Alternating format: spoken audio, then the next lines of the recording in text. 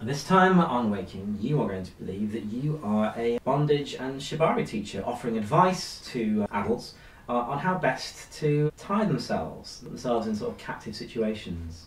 You'll be presenting it from a sort of educational perspective, like you're a kinky tutor, aware of how nice everything is, warm and encouraging about it. You're not porny, you're a little bit flirty, but you're mainly a tutor. 3, 2, 1, wide awake.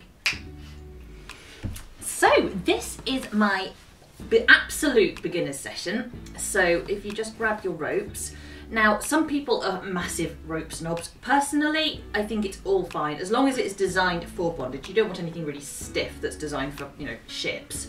But as long as it's relatively thin, cotton's fine, hemp's fine, nylon's fine, like synthetic hemp is totally fine. So I believe there's also a ring in that bag and some safety shears. Brand, and we should always have safety shears. Basically, if you don't have safety shears, you shouldn't have any rope. Like, get these at the same time as your ropes. So what I'm going to talk you through first is the very basic double column tie.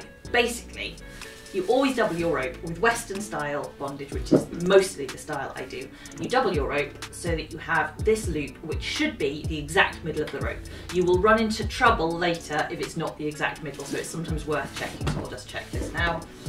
And that is almost absolutely perfect. Right, so this tie is designed for tying one thing to another thing. So that can be someone's wrist to the other wrist, ankle to ankle, ankle to wrist, knees together, ankle to a piece of furniture. It really is a very flexible tie, and once you've mastered it, there's a lot you can do with it. So this is how it goes.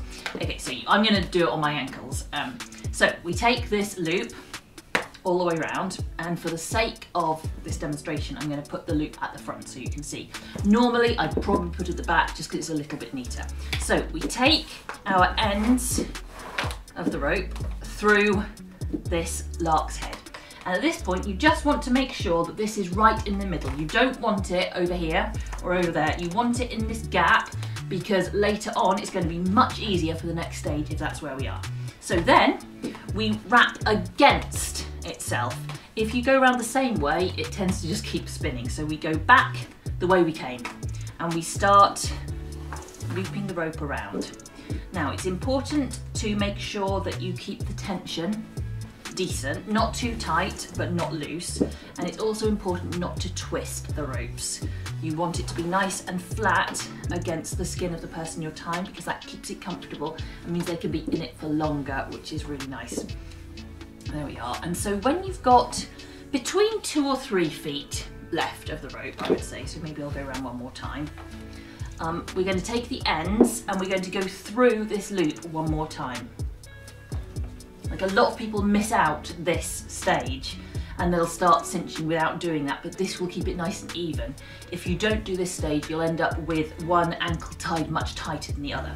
So when we've gone through, we split the rope for the first time, and we take one rope one way, one rope the other way, and then we keep wrapping around, and again, try not to twist the rope, try to keep it nice and flat. Now at this point, this is the cinch, which will keep everything neat and tight. But it's very tempting at this point to over tighten, pull it too much. And if you do that, especially if you do it to someone's wrists, they're very likely to lose sensation in their hands, which you really don't want. So finally, when you've got 2 or 3 inches left of your rope, you just tie it off in a normal reef knot, like this. And then if you care about neatness, which I do, you can just tuck the ends in there. And that is your very classic column tie in Western style rope bondage. Now you can